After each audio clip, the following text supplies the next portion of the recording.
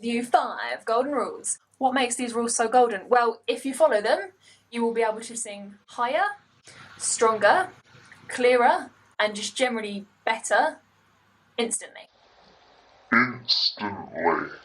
Guaranteed. I can actually guarantee that. Now, before you at me, this does not mean that you can watch this 10-minute video and suddenly you don't need any voice lessons. That's not what I mean. I'm just saying, if you feel like you've hit a little bit of a wall or a block in the road, I'm not getting any better. This will help. The time is nigh. Are about to be revealed. Number 1. Find your foundation. Find the points of contact your body has with the floor. If you're standing up, that's going to be your feet. Elvis Presley did this a lot. He can sing so good and move his legs so much is because he has such a strong rooted connection with the floor. So if it's good enough for Elvis, if you're sitting down, find your sit bones. So if you sit on your hands and find the bony bits of your bum and take your hands away and be right on top of your sit bones, you can really rely on those sit bones to support you in a nice strong foundation. Finding your foundation and bearing down like that is so important, especially for high notes. The higher we go, the more grounded we need to feel. If we don't find that foundation and we try and sing high, what happens is we kind of get this, like we're full of helium or something, we just start stretching up and it all starts to get out of control. But if you can root down through the floor, you'll feel strong to let those high notes just fly out of your eyebrows. And I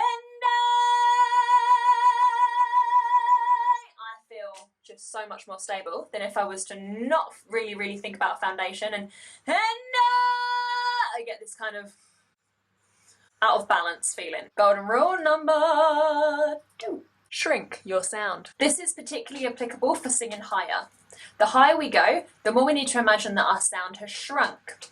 If we're imagining our voice as this huge, giant boulder of explosions, we're going to get this, that is not, I don't enjoy that. The higher we go, the smaller we must imagine our voice. Imagine your 2 vocal cords are an elastic band. The higher they go, the more they stretch. And the lower they go, the more they slack. You want to ease up to that sound. So going from low to high, it's an ease up. It's not this. I like to imagine I kind of wrap my voice in a lasso just to keep it under control and keep it small enough to handle, basically. Lasso it and bring it in.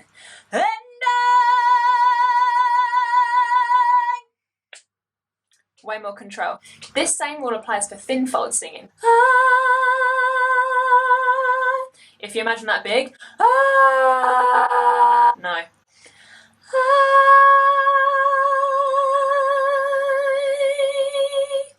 Just shrink it.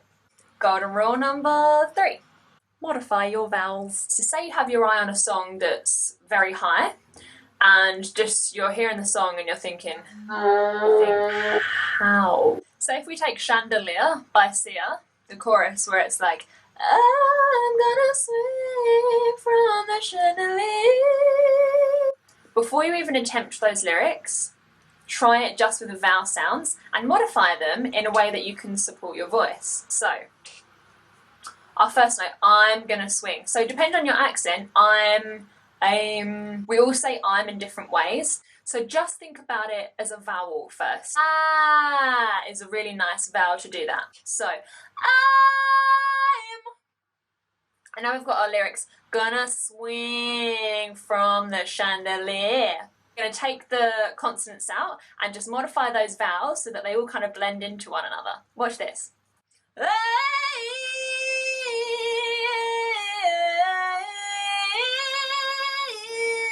So now we're going to add the consonants and hopefully we'll be able to go for those lyrics in a more controlled way. We know what to expect. We've done the vowels. Now let's do the lyric. I'm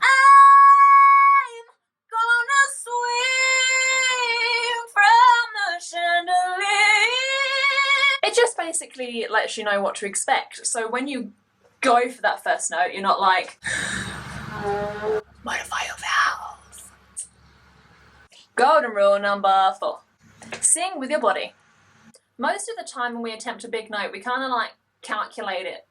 The exact way it's going to come out, the exact frequency, the exact timbre, the exact amount of dips in our vibrato, and the precise emotional response of all audience members. And the exact speed and direction of the wind, which will affect how the sound will be carried. Unfortunately, your voice just doesn't work that way. The more you try and over-calculate your sound, the tenser you're going to be, and the tenser you are, the less the sound will come out. One concept, 10 syllables. Parasympathetic nervous system. When we're over-calculating and scared of a note, our body literally tells us to run away from it. If I touch something very hot, we'll pull my hand away. Using your body to attack the note rather than to calculate it, you're not going to have that tension anymore. That first time, I was a predator, and the second time, I was the prey. Don't be the prey. Have a part of your body that you use to help you remind yourself that you are indeed the predator of this situation. So just one arm, something like this, throwing the note around can be really good. You might have seen like Christina Aguilera do the hey,